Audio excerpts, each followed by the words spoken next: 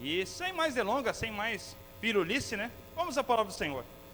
Quem trouxe sua Bíblia, a palavra do Senhor, abra comigo em segundo livro dos reis de Israel, segundo Reis, capítulo 6. Nós vamos ler do versículo 1 ao versículo 7. Segundo livro dos reis, capítulo 6, verso 1 ao verso 7.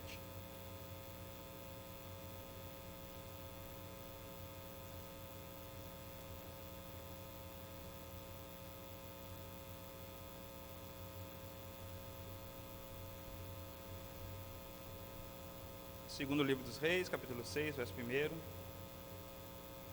verso 7. Quem achou, diz. Quem não achou, peça. Misericórdia, Senhor, me ajuda a achar isso aqui. Diz assim a palavra do Senhor, segundo Reis, capítulo 6, verso 1. Os discípulos dos profetas disseram a Eliseu: como vês, o lugar onde nos reunimos contigo é pequeno demais para nós. Vamos ao rio Jordão, onde cada um de nós poderá cortar um tronco para construirmos ali um lugar de reuniões. E Eliseu disse: podem ir. Então, um deles perguntou: não gostarias de ir com os teus servos? Sim, ele respondeu, e foi com eles. Foram ao Jordão e começaram a derrubar árvores. Quando um deles estava cortando um tronco, o ferro do machado caiu na água, e ele gritou: ah, meu senhor, era emprestado. O homem de Deus perguntou: onde caiu?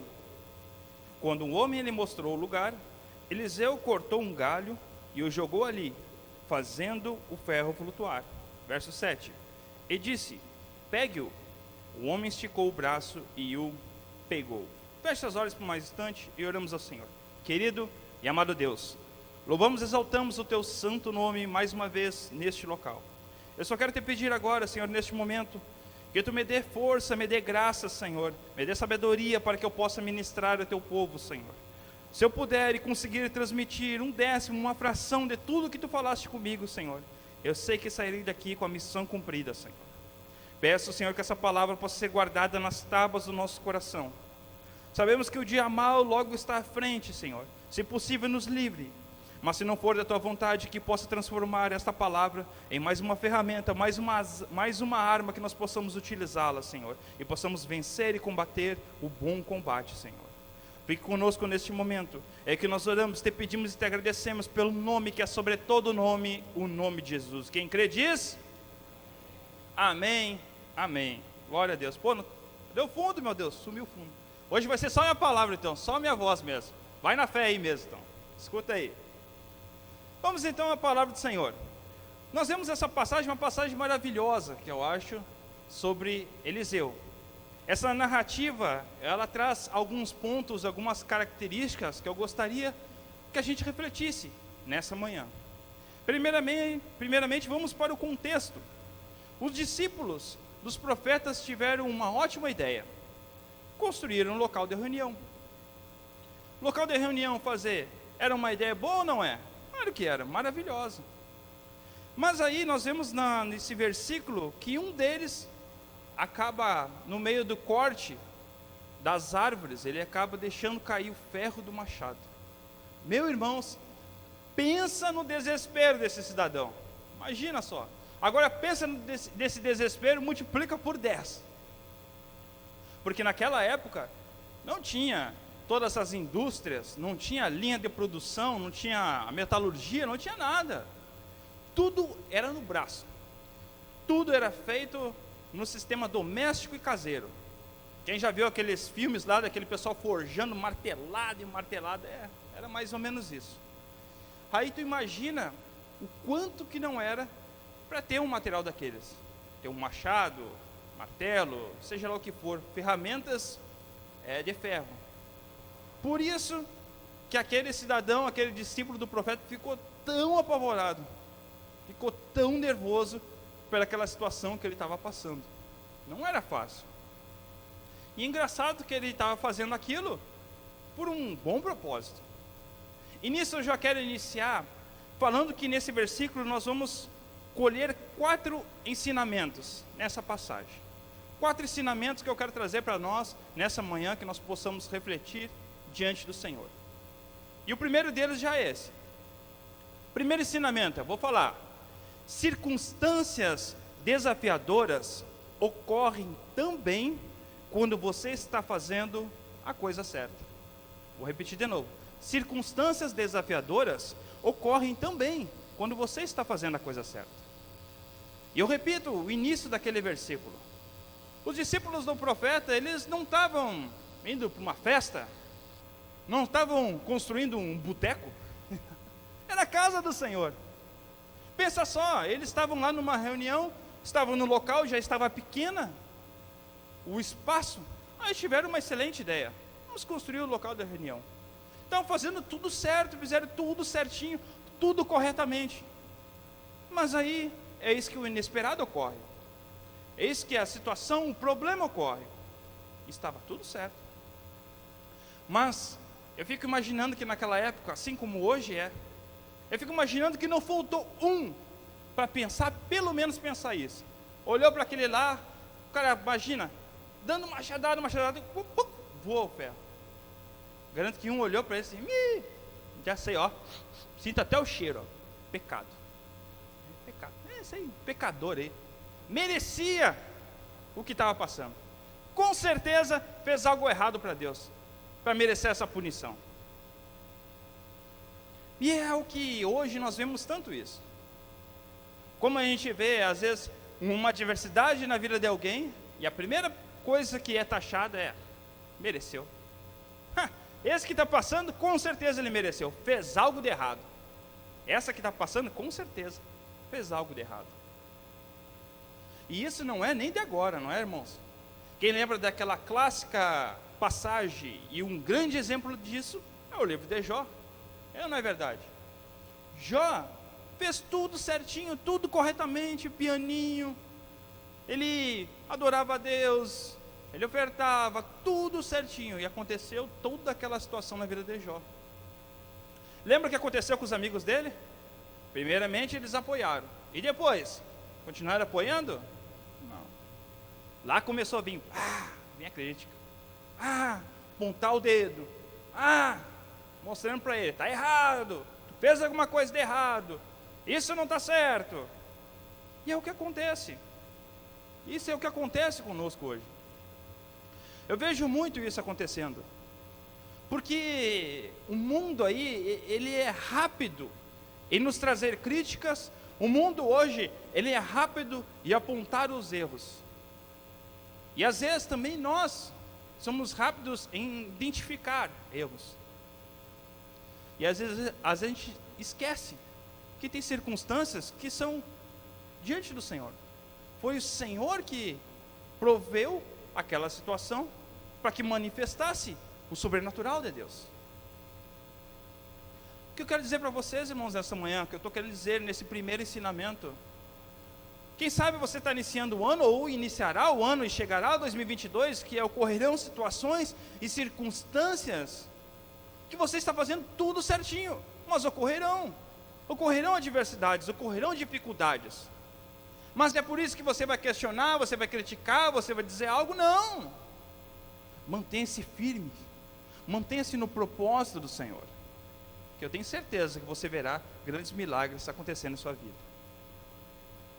Mantenha-se firme.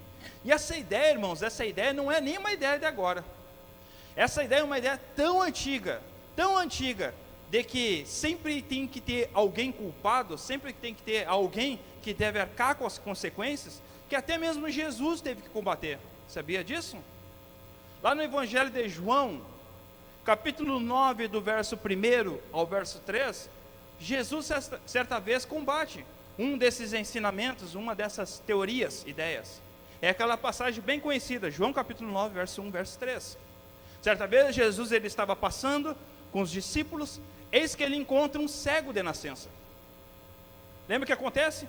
Os discípulos perguntam: Senhor, e esse cego que nasceu assim, quem foi que pecou? Quem foi o culpado? Foi ele ou foram seus pais que pecaram para que ele nascesse assim? Olha só, viu aí? Está entendendo a visão? Alguém tem que ser o culpado. Por que ele nasceu assim? Ou foi ele que já pecou, lá no ventre da mãe dele, já deu chute demais na mãe dele lá quando estava no ventre? Ou foram os pais dele? Alguém fez errado. Diz aí Jesus. Lembra que diz Jesus no versículo 3? Jesus fala assim, olha para eles, diz assim, não foram ele que pecou, não foi ele, nem foram seus pais que pecaram, mas isso aconteceu para que se manifestasse a glória de Deus na vida dele. Tem circunstâncias, irmãos, que acontecem em nossa vida para manifestar a glória de Deus sobre nós. Tem desertos que iremos passar, que é para nos fortalecer. Poxa, o nosso mestre Jesus, ele passou pelo deserto, foi impelido, levado pelo Espírito Santo para o deserto, para que ele pudesse ser fortalecido. Por que nós não iremos passar por isso? Ou nós somos melhor que o nosso mestre? Acontece, irmãos. É claro que existem casos e casos. Às vezes tem situações que a gente cava a nossa própria cova. Não é?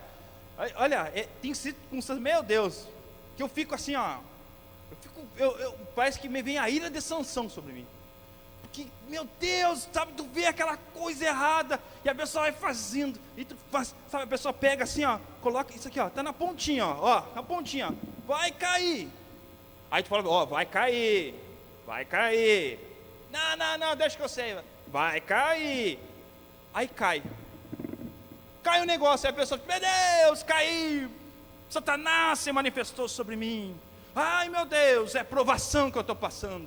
Não é isso, é gravidade mesmo que fez derrubar. E foi você mesmo com essa cabeça dura que fez isso acontecer. Nossa, eu vejo muito isso. A minha família lá, às vezes eu fico falando, mostrando, ó, tá errado isso aí. Aí acontece, ai meu Deus, não foi Deus, foi burrice mesmo. Foi burrice a tal parte. Então tem circunstâncias que são culpa nossa. Não adianta eu ficar lá, ó, cavando a tua covinha, se enterrando nela, e se enterra e diz, meu Deus, me ajuda. Não, te ajuda tu mesmo primeiro, né, meu irmão? Né, minha irmã? Mas outras tantas são o que acontece para manifestar a glória de Deus sobre a nossa vida. E até mesmo essa, é engraçado que até mesmo nessa cova que nós mesmos nos enterramos, quando a gente ergue o braço e diz, Senhor, me ajuda, Ele é tão misericordioso, que Ele estende a mão e nos ajuda. Mesmo assim, se fosse o Michael da vida, é capaz de colocar mais terra ainda. Vai se enterrar mais um pouco, safado. Mas o Espírito Santo, Ele é tão maravilhoso.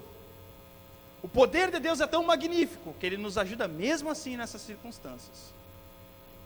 Então, o primeiro ensinamento, novamente, circunstâncias desafiadoras ocorrem também quando você faz a coisa certa. Vamos para o segundo ensinamento. O que nós vemos agora? Segue em frente. Se o pessoal puder manter esse livro aberto, esse 2 Reis capítulo 6, que a gente vai refletindo nesses 4 pontos. Vamos lendo e vamos olhando aí. O segundo ponto está, vamos seguir na frente. No versículo 2, diz assim, ó.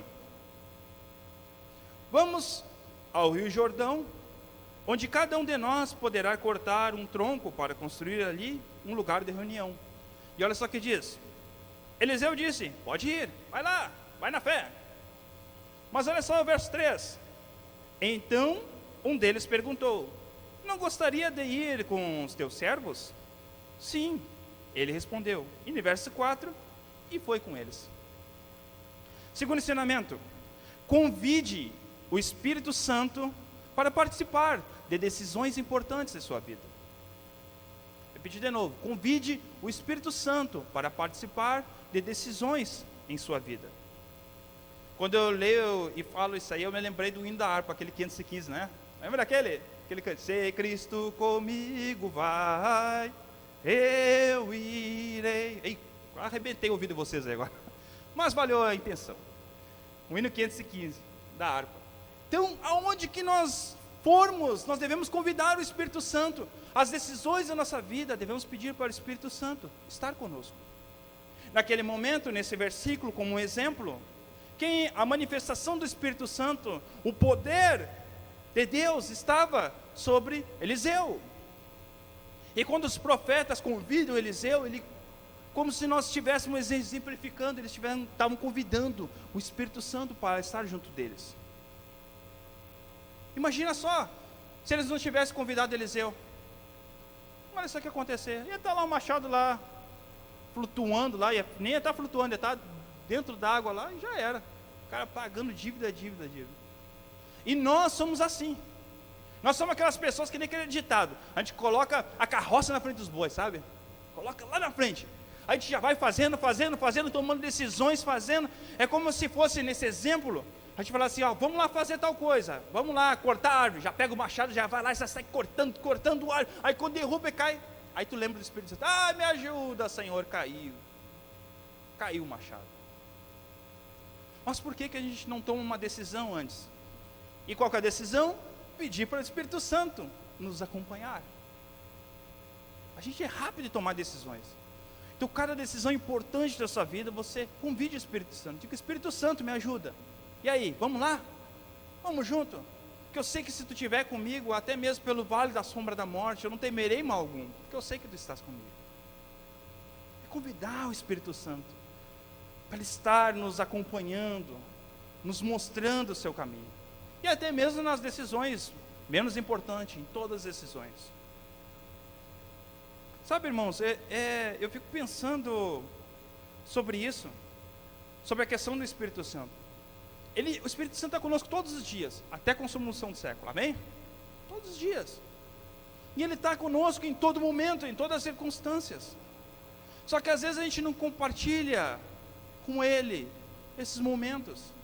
A gente é rápido em pensar, o nosso dia a dia é muito rápido, e a gente se esquece desses detalhes. Um pequeno detalhe que faz toda a diferença. Convidar o Espírito Santo. E o engraçado, como eu falei, daquela questão da cova, mesmo assim Ele nos ajuda, até mesmo quando a gente coloca a carroça na frente dos bois, a gente toma decisões, a gente pede para Ele, para nos ajudar, Ele é misericordioso. Mesmo assim Ele nos ajuda, irmãos. Mesmo assim Ele vai te auxiliar. Então o que eu digo, irmãos, para que a gente vai evitar transcorrer um problema maior, quem sabe? Sendo que a gente podia fazer de uma forma mais simples. Já pedir de antemão já, para Ele nos acompanhar. Então nesse ano 2022, irmãos, peça para Ele, em cada decisão importante, cada decisão pequena, diz, Senhor, me acompanha. Inicie a semana, cada domingo, a cada início de segunda-feira. Faça aquela oração que seja pequena, rápida, mas seja tão importante a sua vida. Peça que Ele acompanhe a sua semana.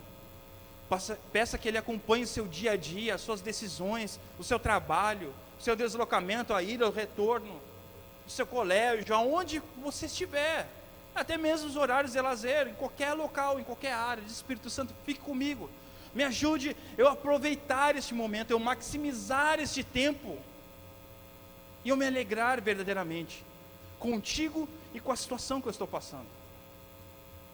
Peça para que Ele possa ir junto contigo. E esse é o segundo ensinamento, irmãos. Terceiro ensinamento, segue em frente. Logo após isso, diz assim no versículo 5: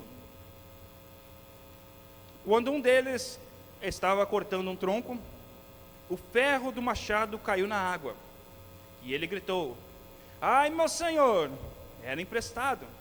Verso 6, o homem de Deus perguntou, onde caiu?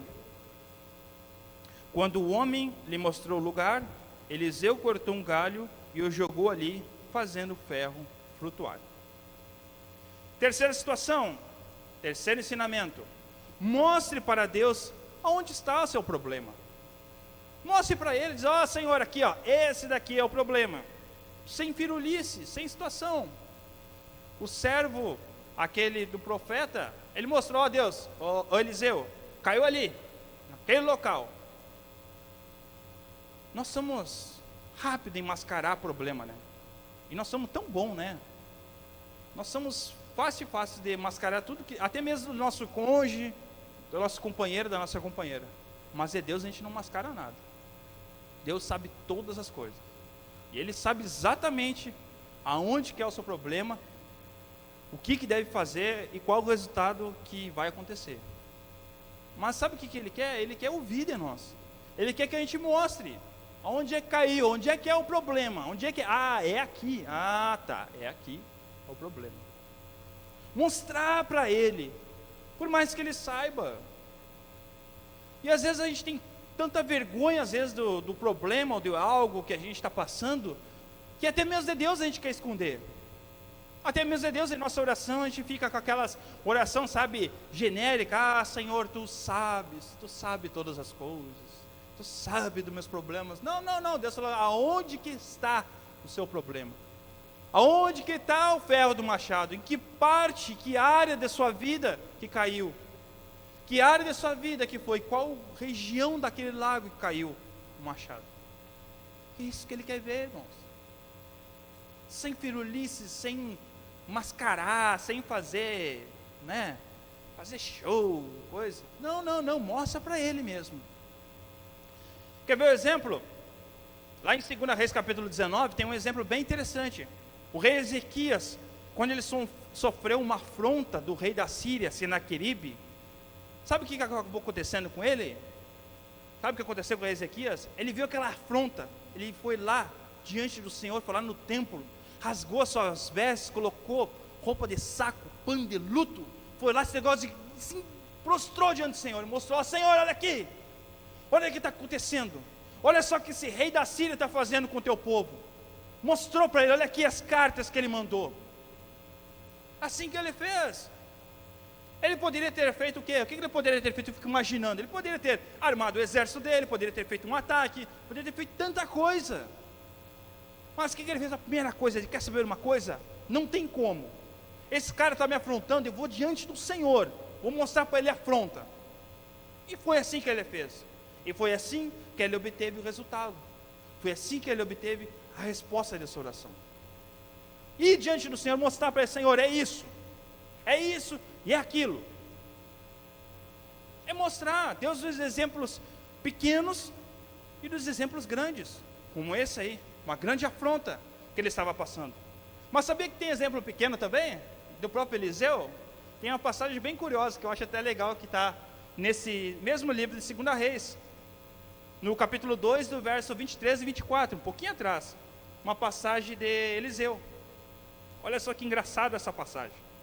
Certa vez Eliseu, ele estava passeando, andando por lá, e não é que vem uns cidadãos aí, uns coisa ruins que fica, sabe aqueles que ficam fustigando a gente, sabe, fica assim, Pois é, Eliseu também tinha uns coisa ruins assim, e toda hora ficava, ei, lá vem o carequinha passando lá, o carequinha, olha lá aquele calvo lá, o cara só zombando dele, lá carequinha lá, o carequinha, só zombando. Aí certa vez, aí Eliseu, fico imaginando, conversou com Deus, assim, Deus, olha essa afronta que eu estou passando, Deus, eu estou com vontade de amaldiçoar esses safados aí. E aí, Deus, posso? Aí Deus, estou contigo, manda ver, bota para derreter nessa bagaça, vai, pá, Eliseu, toma a maldição, e vem umas ursas para você, e estraçalhou todos eles. Que passagem doida, né? Que exemplo maravilhoso podia descer, não é? Mas o que eu estou querendo dizer, irmãos? Dos pequenos problemas, dos grandes problemas, se você mostrar para Deus e dizer para Deus, olha aqui, Deus, aqui está o meu problema, aqui foi onde caiu o meu machado, aqui está, Senhor, me ajuda aí, Senhor, eu trouxe o Senhor para estar comigo, e agora, o que vamos fazer? O Senhor vai tomar a providência e a provisão vai acontecer em nossa vida. Basta nós crermos diante dele, basta nós acreditarmos que isso vai ocorrer. Quem está entendendo que é a palavra? Bom, metade da pessoa está entendendo o que eu estou falando. Então nós vemos esses 3 pontos.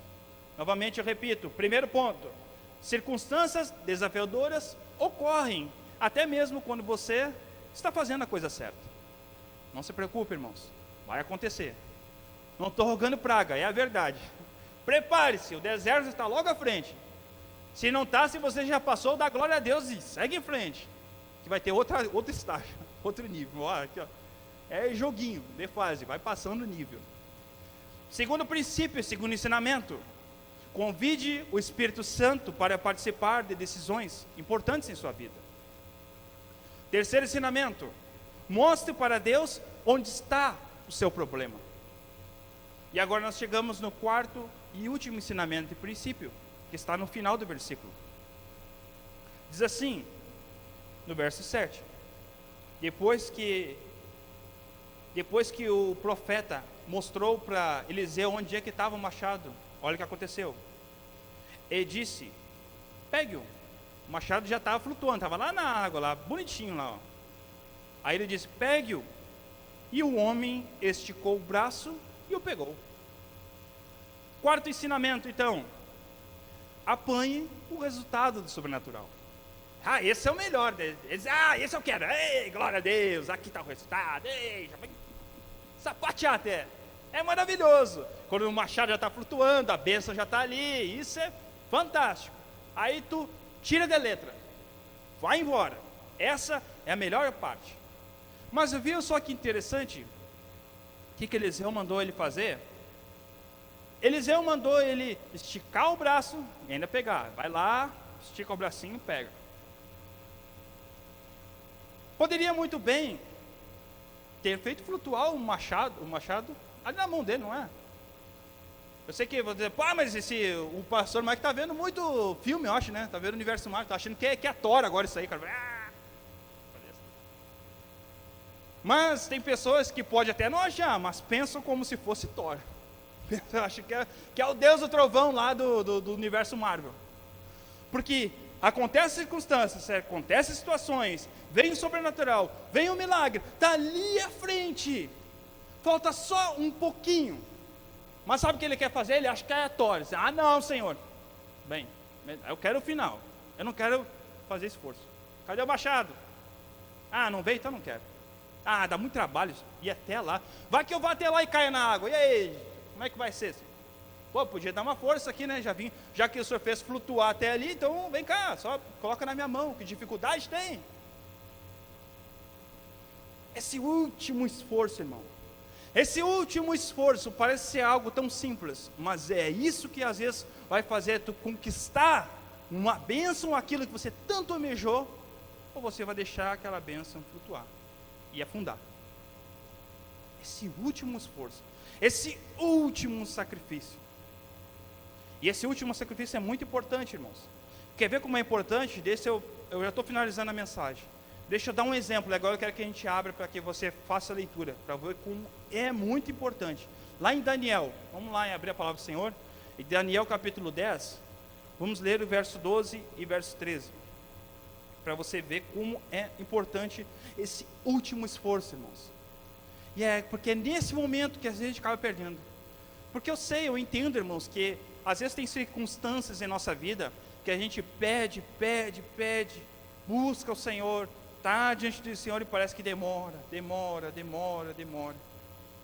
E assim, claro que nessa passagem foi algo visível. Nessa passagem, eles viram aquele pedaço do machado flutuando. Mas na nossa situação espiritualmente, o resultado da nossa oração nós não vemos. É tudo sobrenatural, é tudo no sentido espiritual. Aí que se torna mais difícil. Porque se você visse, está ali a minha bênção, então vou dar o meu último esforço e vai. Mas o problema é que é no sobrenatural. E olha só, deixa eu fazer essa leitura dessa passagem de Daniel, capítulo 10. Vamos ler o versículo 10, volta um pouquinho aí, por favor. Volta no verso 10, só para a gente contextualizar. Daniel estava orando. E aí, olha só o que diz, no verso 10. Em seguida, a mão de alguém tocou em mim, e me pôs sobre minhas mãos, e os meus joelhos vacilavam. E ele disse, Daniel, você é muito amado. Preste bem atenção ao que eu vou falar. Levante-se, pois eu fui enviado a você. Quando ele me disse isso, pus-me em pé tremendo. E ele prosseguiu. Não tenha medo, Daniel. Desde o primeiro dia em que você decidiu buscar entendimento e humilhar-se diante do seu Deus, suas palavras foram ouvidas, e eu vim em resposta a eles. Mas o príncipe do reino da Pérsia me resistiu durante 21 dias. Então Miguel, um dos príncipes supremos, veio em minha ajuda, pois eu fui impedido de continuar ali com os reis da Pérsia. Entenderam esse princípio, irmãos?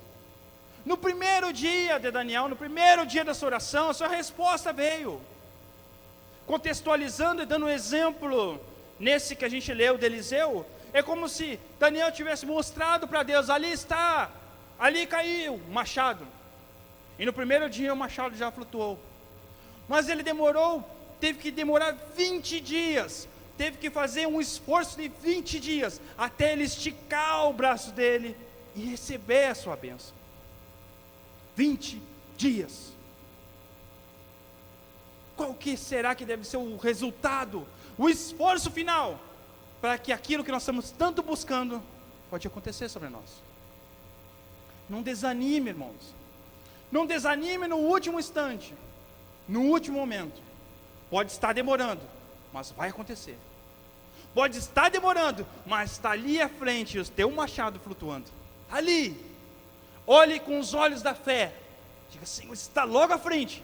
Está logo ali. Eu sei que falta somente mais um esforço, mais um momento, mais uma situação, mais uma oração. Eu sei que ocorrerá isso em minha vida. Mais um esforço, irmãos. E com isso eu finalizo o louvor. Pode subir o louvor, por favor, em nome de Jesus. Com isso eu finalizo esses 4 princípios, ao qual nós podemos ver nessa passagem. Esse último esforço, desprender esse último momento, pode ser a diferença entre dar um grande testemunho ou continuar na mesma. E aí, o que vai ser esse ano 2022? Como vai ser esse novo ano? Coloque esses 4 princípios em prática, irmãos, para que nós possamos viver esse sobrenatural de Deus. Guarde e crie expectativas para esse ano de 2022. E nesse momento que nós estamos na primeira ceia do ano de 2022, se você fez algo que desagradou a Deus, peça para Deus perdão, reconcilie-se diante dele. Lembra na passagem daquele princípio? Se você já está lá à frente, tomou decisões erradas e já está colhendo o resultado das suas más decisões, não tem problema. Peça perdão para Deus e peça para que Ele atue e age em sua vida. Peça que esse novo ano Ele te acompanhe em todas as decisões de sua vida. Se acontecer alguma circunstância, algo desafiador, não murmure, não questione, não critique, não fale, Deus, por quê? Por quê? Por quê? Por quê? Não. Simplesmente diga amém, Senhor. Me fortaleça, me dê ânimo para que eu possa prosseguir. Mostre para Ele os seus problemas. E depois, a melhor parte, apanhe o seu resultado. E é o último esforço, o último momento, para que você possa receber o sobrenatural de Deus em sua vida. Vamos colocar de pé, irmãos? Quem crê nessa palavra diz? Quem crê nessa palavra diz? Quem não crê não tem problema não. Fica aí com essa incredulidade. Brincadeiras à parte, irmãos. Tudo isso que eu falei são palavras. Palavras e palavras. Mas agora nesse momento peça para Deus que Ele vivifique essa palavra. Transforme essa palavra numa verdade em sua vida. Transforme essa palavra numa ferramenta que você possa utilizá-la. Que nesse momento você possa fechar seus olhos. Não como um ato de religiosidade. Não isso. Mas para não deixar que nada te distraia agora. Nem um movimento, nem ninguém saindo, andando. Mas que possa ser você e Ele. Entronize a presença do Espírito Santo sobre a sua vida. Converse, fale com Ele. Peça perdão se for o caso. Peça para Ele estar te mostrando aquilo que você precisa melhorar. Seja você e Ele, em nome de Jesus.